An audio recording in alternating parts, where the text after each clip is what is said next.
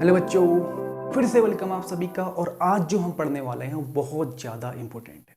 मतलब वो ऐसा इम्पोर्टेंट है, समझो कि जैसे आप फर्स्ट सेकेंड थर्ड में एडिशन मल्टीप्लिकेशन पढ़ते हो, उसके बेस पे फिर आगे चीज़ें कर सकते हो। वैसा ही ऑर्गेनिक केमिस्ट्री का एक ये बेसिक चीज़ हम पढ़ने वाले हैं। वो बेसिक चीज़ है क्या, समझेंगे अभी। फिलहाल तो मैंने बोर्ड पे कुछ फॉर्मूले लिखे हुए हैं, 1 2 3 4 ये फॉर्मूले हैं और 1 2 3 4 ये फॉर्मूले हैं।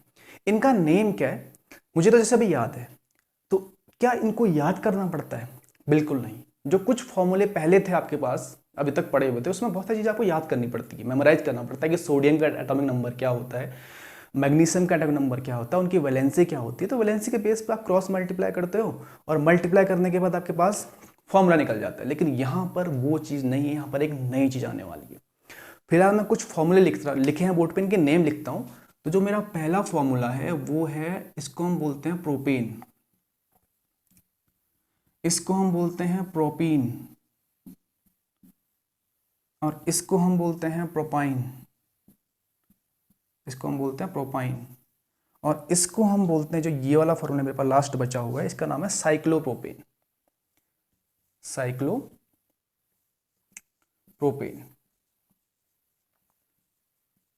ठीक है, इसको देखते हैं।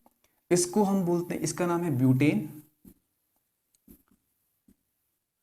इसका नाम है ब्यूटीन, इसका नाम है ब्यूटाइन,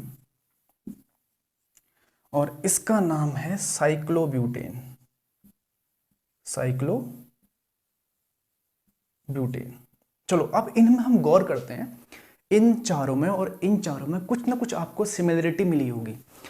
देखो, PROP यहां भी आया, PROP यहां भी आया, PROP यहां भी आया, और PROP यहां भी आया। उसके आगे पीछे क्या है उसकी बात नहीं करता हूं। देखो, प्रोपेन में प्रॉप आया, ठीक है, और प्रोपीन में भी प्रॉप आया, प्रोपाइन में भी प्रॉप आया, और साइक्लोप्रोपेन में भी क्या आया? प्रॉप आया। सब जगह प्रॉप मिल रहा है ना। ये कहां से मिला? ये मिला मुझे नंबर ऑफ कार्बन एटम से। कितने कार्बन एटम्स हैं? 3। कितने कार्बन एटम्स हैं? 3। कितने कार्बन एटम्स हैं? 3। ये आपका साइक्लिक स्ट्रक्चर है, रिंग के अंदर है, तो वहां पर साइकिल लगाना पड़ता है। कार्बन काउंट करते हैं, 1 2 3।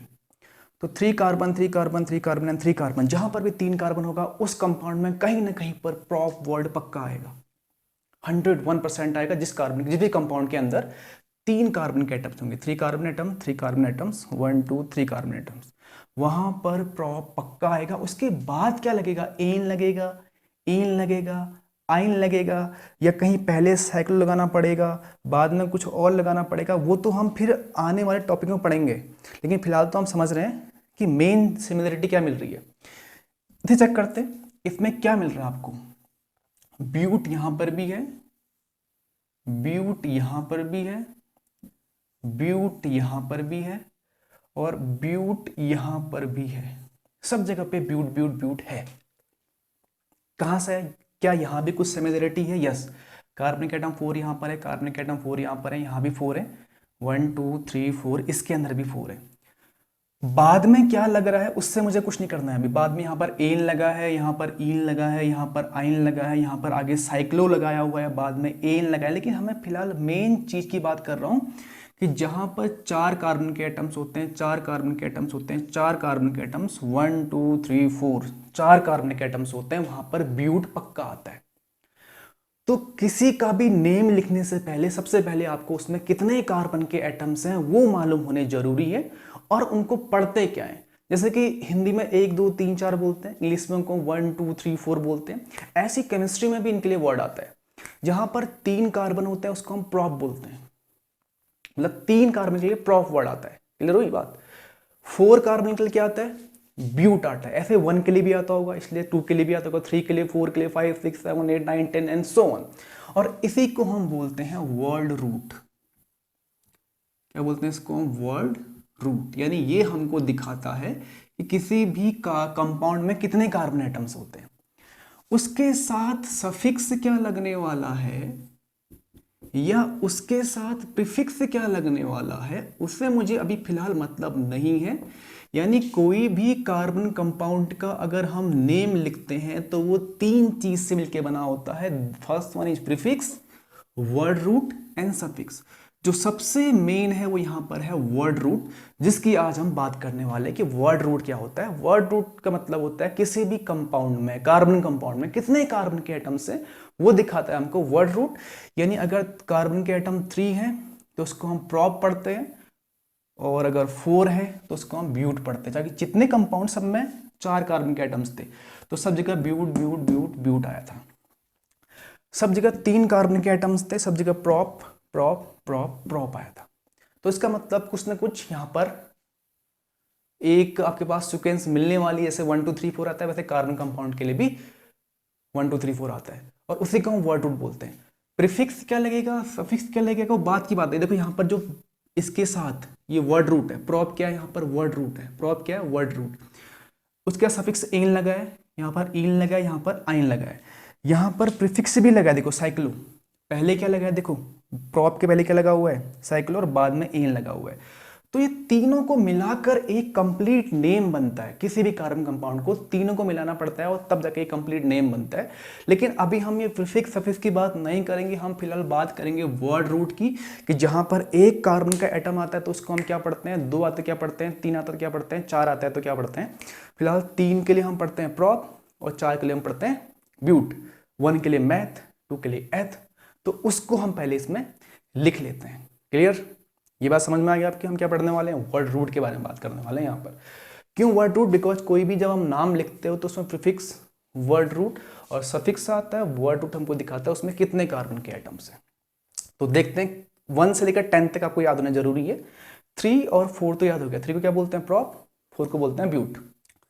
तो देखो मैंने सारे कार्बन एटम और उसकी वर्ड रूट लिख दिए। फिर से समझो इसको, किसी भी कार्बन कंपाउंड का नेम लिखने के लिए हमें 3 चीज की जरूरत पड़ती है। मेन होता है वर्ड रूट, प्रीफिक्स और सफिक्स। इन तीनों को जोड़ोगे तो एक कंप्लीट नेम बन के आएगा। तो आपको कार्बन कंपाउंड्स में नेम याद नहीं करने होते हैं, आपको कुछ चीजें मेमोराइज करनी होती है। उसको देख के आप कोई भी फॉर्मूला लिख सकते हो। और सबसे पहले हम पढ़ रहे हैं आज वर्ड रूट के बारे में। इसका यूज तो आपको पूरी जन्म तो नहीं करोगे जब तक केमिस्ट्री पढ़ोगे, ये तो आना ही पड़ेगा आपको, बिकॉज इसके कुछ काम, इसके बिना कुछ काम नहीं होने वाला। यानी ये आपका बेसिक है, ABCD ऑफ ऑर्गेनिक केमिस्ट्री समझ सकते हो। तो जहां पर 1 कार्बन एटम्स होते हैं वहां पर वर्ड रूट आता है मैथ। जहां पे 2 कार्बन एटम्स हो वहां पर आता है एथ। 3 कार्बन एटम के लिए प्रॉप, 4 कार्बन एटम के लिए ब्यूट, इसको बट नहीं पढ़ते हैं, ब्यूट पढ़ते हैं। 5 कार्बन एटम के लिए पेंट, 6 कार्बन एटम के लिए हेक्स, 7 कार्बन एटम के लिए hept, HEPT hept, 8 carbon atoms के लिए ऑक्ट, 9 कार्बन एटम्स के लिए नॉन, और 10 कार्बन एटम्स के लिए डैक। ये वर्ड रूट हम यूज करते हैं। इसको आपको एकदम मेमोराइज करना पड़ेगा, क्योंकि कोई भी जब आप नाम लिखोगे तो डेफिनेटली इनका यूज तो होना ही होना है। उसके बाद क्या लगेगा, पहले क्या लगेगा, वो तो फिर हम पढ़ेंगे, लेकिन मेन तो ये है अभी। जैसे एग्जांपल देता हूं मैं आपको, इसको प्रूफ करते हैं, ठीक है। देखो C2H6 एक कंपाउंड है, ठीक है। इनमें से कौन सी वाली वर्ड रूट इसमें आएगी, 2 कार्बन के एटम्स हैं, डेफिनेटली यहां पर एथ आने वाला है, और इस कंपाउंड का नाम होता है एथेन। एथेन, देखो इसमें वर्ड रूट कौन सी आई, एथ, और साथ में सफिक्स आ गया एन। अब ये एन क्यों आया, ये तो हम आने वाले टॉपिक में पढ़ेंगे। फिलहाल तो हम सिर्फ वर्ड रूट की ही बात कर रहे हैं। चलो एक एग्जांपल और देता हूं आपको, C5H10, ठीक है। इस कंपाउंड में कौन सी वर्ड रूट आएगी, देखो 5 कार्बन के एटम्स हैं इसमें, 5 कार्बन एटम है, तो डेफिनेटली क्या आएगा इसमें, पेंट तो आएगा ही आएगा, पेंट तो इसमें आना ही आना है। अब उसके बाद यहां पर आता है वैसे इन। अब ये इन क्यों आया, इससे मुझे अब फिलहाल भी मतलब नहीं है, इसके मतलब जब आएगा हम बात करेंगे। हमें सिर्फ और सिर्फ वर्ड रूट की बात करनी थी कि इस कंपाउंड में पेंट तो आने ही आने वाला है। चलो इसी का एक एग्जांपल और देता हूं आपको, C5H12। अब यहाँ 10 है, 12 हो गया, यहां पर भी पेंट तो आएगा ही आएगा, बिल्कुल आएगा, डेफिनेटली पेंट आएगा ही आएगा यहाँ पर। अब इसके बाद यहां पर आता है एन, इसका नाम होता है पेंटेन। देखो वर्ड रूट आई नहीं आई, पेंट, वर्ड रूट कौन सी है इसकी, पेंट। और बाद में क्या लगा उससे क्या करना है हमने, वो तो हम जब हम पहुंचेंगे वहां करेंगे, हम तो फिलहाल अभी वर्ड रूट सीख रहे हैं।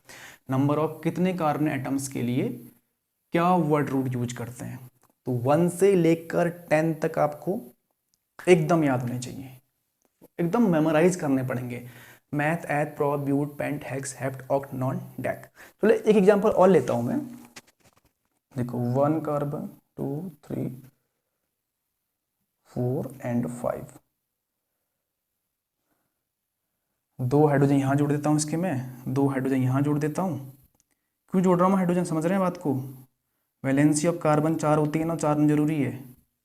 ओके, मैं फिलहाल यहाँ पर एच से पूरी कर रहा हूँ, आने वाली टॉपिक्स में कुछ और से पूरी हो सकती है, लेकिन फिलहाल हम इसकी बात करेंगे। तो ये मेरे पास एक कंपाउंड है, ठीक है। कितने कार्बन एटम्स हैं, 1 2 3 4 5, मतलब 5 कार्बन के लिए पेंट तो आएगा, यानी इस कंपाउंड में पेंट तो आने ही आने वाला है। यानी मुझे वर्ड रूट मिल गई पेंट। अब प्रीफिक्स सफिक्स आएगा या नहीं आएगा वो बात की बात है, यहाँ पर सफिक्स भी लगता है प्रीफिक्स भी लगता है। अभी कंपाउंड साइक्लिक है, रिंग के अंदर है, तो हम लगाते हैं साइक्लो। क्या लगाते हैं यहाँ पर हम, साइक्लो।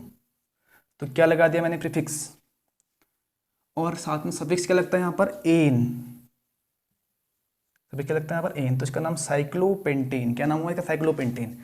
क्या कॉमन है, पेंट, पेंट कॉमन है, ये देखो। तो इसी को यूज करके हम बाकी के टॉपिक्स पढ़ सकते हैं। तो हम अगला टॉपिक पढ़ेंगे, आज नहीं पढ़ेंगे, नेक्स्ट लेक्चर में पढ़ेंगे हम उस टॉपिक को कि इनका यूज कहाँ पर करना है। यूज करना तो समझ चुके, यहाँ ऐसे करना, यहाँ पर ऐसे करते हैं कंप्लीट नेम लिखने के लिए, लेकिन कैसे।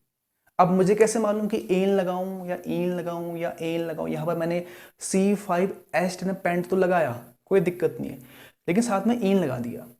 C5H12 मैंने पेंट तो लगाया, बहुत कॉमन है बिकॉज 5 कार्बन के लिए पेंट आता है, लेकिन साथ में मैंने ईन लगा दिया। सर यहाँ पर ईन, यहाँ पर एन, ऐसा कैसे, ऐसा इसलिए कि हम उसको नेक्स्ट लेक्चर में समझेंगे। तो ये तो वहां पहुंचने के लिए अगर आपको वो लेक्चर देखना है तो इससे एकदम मेमोराइज करके वहां बढ़ना। जैसे इसको देख लो, इसमें 1 2 3 4 5 कार्बन है। अब इसको मैंने बोला साइक्लोपेंटेन, पेंट वर्ड तो अंडरस्टूड है, हमने जो पढ़ चुके हैं कि सब 5 कार्बन तो पेंट तो आना ही आना है। लेकिन अब इसमें साइक्लो वर्ड यूज क्यों किया वो भी समझ गए आप, बिकॉज साइक्लिक कंपाउंड में हम साइक्लो यूज करते हैं जो रिंग के अंदर ऐसे होते हैं। और एन क्यों लगाया, ईन क्यों नहीं लगाया, वो हम पढ़ेंगे नेक्स्ट टॉपिक पे। एक एग्जांपल और दिखाता हूं मैं आपको लास्ट, इसका बहुत ही फैमिलियर कंपाउंड लेके चलता हूं मैं, जो आपने शायद बायोलॉजी में या कहीं न कहीं पक्का पढ़ा होगा। वो कंपाउंड है आपका ये C2H5OH। अब देखो ये कंपाउंड है, अल्कोहल है, याद है अल्कोहल बोलते हैं इसको। ये बनता है आपका एनएरोबिक रेस्पिरेशन में बनता, नहीं ये कहाँ बनता है, फर्मेंटेशन के टाइम पे बनता है। बायोलॉजी में कहीं ना कहीं आ चुका है वर्ड तुम्हारा ये। जब हम फर्मेंटेशन करते हैं तो वहाँ पर अल्कोहल बनता है। ये कौन सा वाला अल्कोहल होगा, चेक करते हैं। कितने कार्बन एटम्स हैं यहाँ पर, 2 कार्बन एटम, तो 2 को लेके आता है एथ, तो यहाँ पर एथ तो आना ही आना है, एथ आना ही आना है। उसके आगे क्या आएगा वो डिसाइड करेगा ये चीजें कि उसके साथ लगी क्या है, उसमें कितने हाइड्रोजन एटम्स लगे हुए हैं वो डिसाइड करेगा। तो इसका नाम होता है एथेनॉल। क्या नाम होता है इसका, एथेनॉल। एथ वर्ड आया, क्यों आया, बिकॉज यहाँ पर 2 कार्बन के एटम थे। और साथ में एथेनॉल क्यों लिखा, बिकॉज वो तो हम पढ़ेंगे आगे के टॉपिक पे कि कहाँ पर हम ऑल लगाते हैं, कहाँ पर हम एन लगाते हैं, कहाँ पर हम ईन लगाते हैं, कहाँ पर हम आयन लगाते हैं। लेकिन पहले आप ये तो समझ जाओ कि मैथ, एथ, प्रोब, ब्यूट कोई चीज़ होती है जो डिसाइड करती है कि किसी कार्बन कंपाउंड में कितने कार्बन के एटम्स हैं, और इसी को हम बोलते हैं वर्ड रूट, यानी एक ऑर्गेनिक केमिस्ट्री की गिनती है, ये समझ सकते हो। जैसे कि 1 2 3 4 होता है, वैसे ऑर्गेनिक केमिस्ट्री की गिनती होती है 1 कार्बन 2 कार्बन 3 कार्बन 4 कार्बन के लिए meth, eth, prop, but, pent, hex, hept, oct, non, dec and non and dec तक होती है। डेक तक नहीं, बहुत ज़्यादा होती है। फिलहाल हमें डेक तक जरूरत है, 10 तक। 10 भी आपको मैक्सिमम यहाँ तक पे काम चल जाएगा आपका, इससे पर क्वेश्चन नहीं पूछता है, लेकिन एटलीस्ट ये मालूम होना जरूरी है, तभी तो बड़ी क्लास में पढ़ पाओगे इन चीज़ों को। तो ये यहीं पर ख़त्म करते हैं लेक्चर आज का। जो अगला लेक्चर आएगा ना वो बहुत ज़्यादा इंपॉर्टेंट होने वाला है, तो वहाँ आने से पहले इसको एकदम ही मेमोराइज कर लेना, बहुत तरीके से पढ़ लेना कि हेक्स, हेप्ट, ऑक्ट क्या होता है। नोट कर लेना ऐसे ही बिल्कुल जैसे मैंने नोट किया हुआ है, एकदम ऐसे ही। एग्जाम्पल ना भी लिखो चल जाएगा, एग्जाम्पल ना भी लिखो चल जाएगा, एग्जाम्पल तो हम करेंगे आगे जाके, तो मैंने समझाने के लिए एग्जाम्पल लिखे हैं आपके। अगर आप एग्जाम्पल नहीं लिखोगे काम चल जाएगा, लेकिन ये आपको एकदम मेमोराइज बिल्कुल तरीके से। क्यों? बिकॉज हमने कार्बन कंपाउंड के नेम भी तो पढ़ने आगे जाके, उतने नेम याद नहीं हो सकते बिकॉज ऑर्गेनिक कंपाउंड क्या होता है, अनलिमिटेड। तो याद ना करके हमारे पास ये मेथड होती है। तो आज के लिए इतना ही, जो नेक्स्ट लेक्चर आएगा उसके लिए वेट करना और इसको याद करके वहां पर आना, ठीक है? तब तक के लिए ऑल द बेस्ट।